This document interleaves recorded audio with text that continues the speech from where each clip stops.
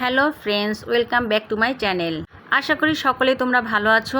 আজকে তোমাদেরকে দেখাবো মাছের মাথা দিয়ে মুগ ডাল রান্না। প্রথমে আমি মুগ ডালগুলো চওড়া করে ভেজে নিয়েছি। এরপর ডালগুলো আমি ধুয়ে প্রেসার কুকারে দিয়ে দিচ্ছি। ডাল একটু চওড়া করে ভাজলে ডালের ফ্লেভারটা ভালো আসে। এবার আমি প্রেসার কুকারে 2টা মরিচ দিয়ে দিচ্ছি।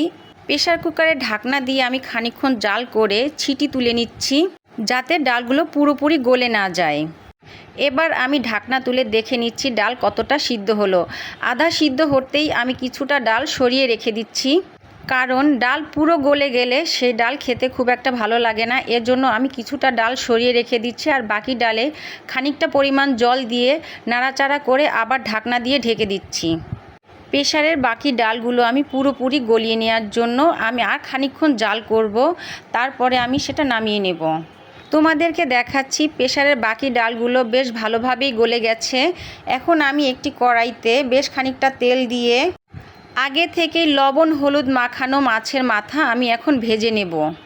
কড়াইতে মাছের মাথা দিয়ে একটু নাড়াচাড়া করে ভাজা ভাজা হয়ে আসলে আমি প্রেসারের সবগুলো ডাল দিয়ে দেব। এবার ডাল দিয়ে আমি পরিমাণ মতো জল কড়াইতে দিয়ে দিচ্ছি।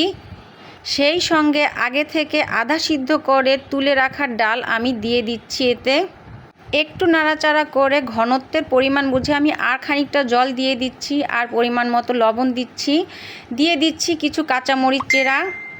এবার নাড়াচাড়া করে আমি হলুদ গুঁড়ো দিয়ে দিচ্ছি। এবার বেশ খানিকক্ষণ জাল করার পরে মাছের মাথা যখন সিদ্ধ হয়ে আসবে তখন আমি খুন্তি দিয়ে মাছের মাথাটা আধা ভাঙা করে দেব। এরপর আর খানিকক্ষণ জাল করে আমি দেখব ডালটা কতটা ঘন হলো। তবে ডাল খুব বেশি ঘন করা যাবে না, কারণ ডাল ঠান্ডা হয়ে গেলে ঘন হয়ে যায়, সেজন্য ডাল একটু পাতলাই রাখবে। এই পর্যায়ে ডালটা আমি একটা বলে নামিয়ে নিচ্ছি। এখন একটি কড়াইতে আমি সামান্য পরিমাণ তেল দিয়ে তাতে শুকনা মরিচ, তেজপাতা ও পাঁচফোড়ন দিয়ে একটু নাড়াচাড়া করে ভাজা ভাজা করে বলের মধ্যে রাখা সবটুকু ডাল আমি কড়াইয়ের মধ্যে ঢেলে দিয়ে দেব। কিছুক্ষণ জাল করে ডালে বলক আসলে আমি তাতে জিরা বাটা এবং গরম মশলা বাটা দিয়ে দিচ্ছি। সেই সঙ্গে কিছুক্ষণ ফুটার জন্য আমি অপেক্ষা করছি। এখন কিছুক্ষণ জাল করে ডালটা নামিয়ে নিলেই তৈরি হয়ে গেল মাছের মাথা দিয়ে মুগ ডাল রান্না।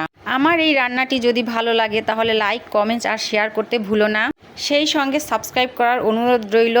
তোমরা সকলে ভালো থেকো, টাটা।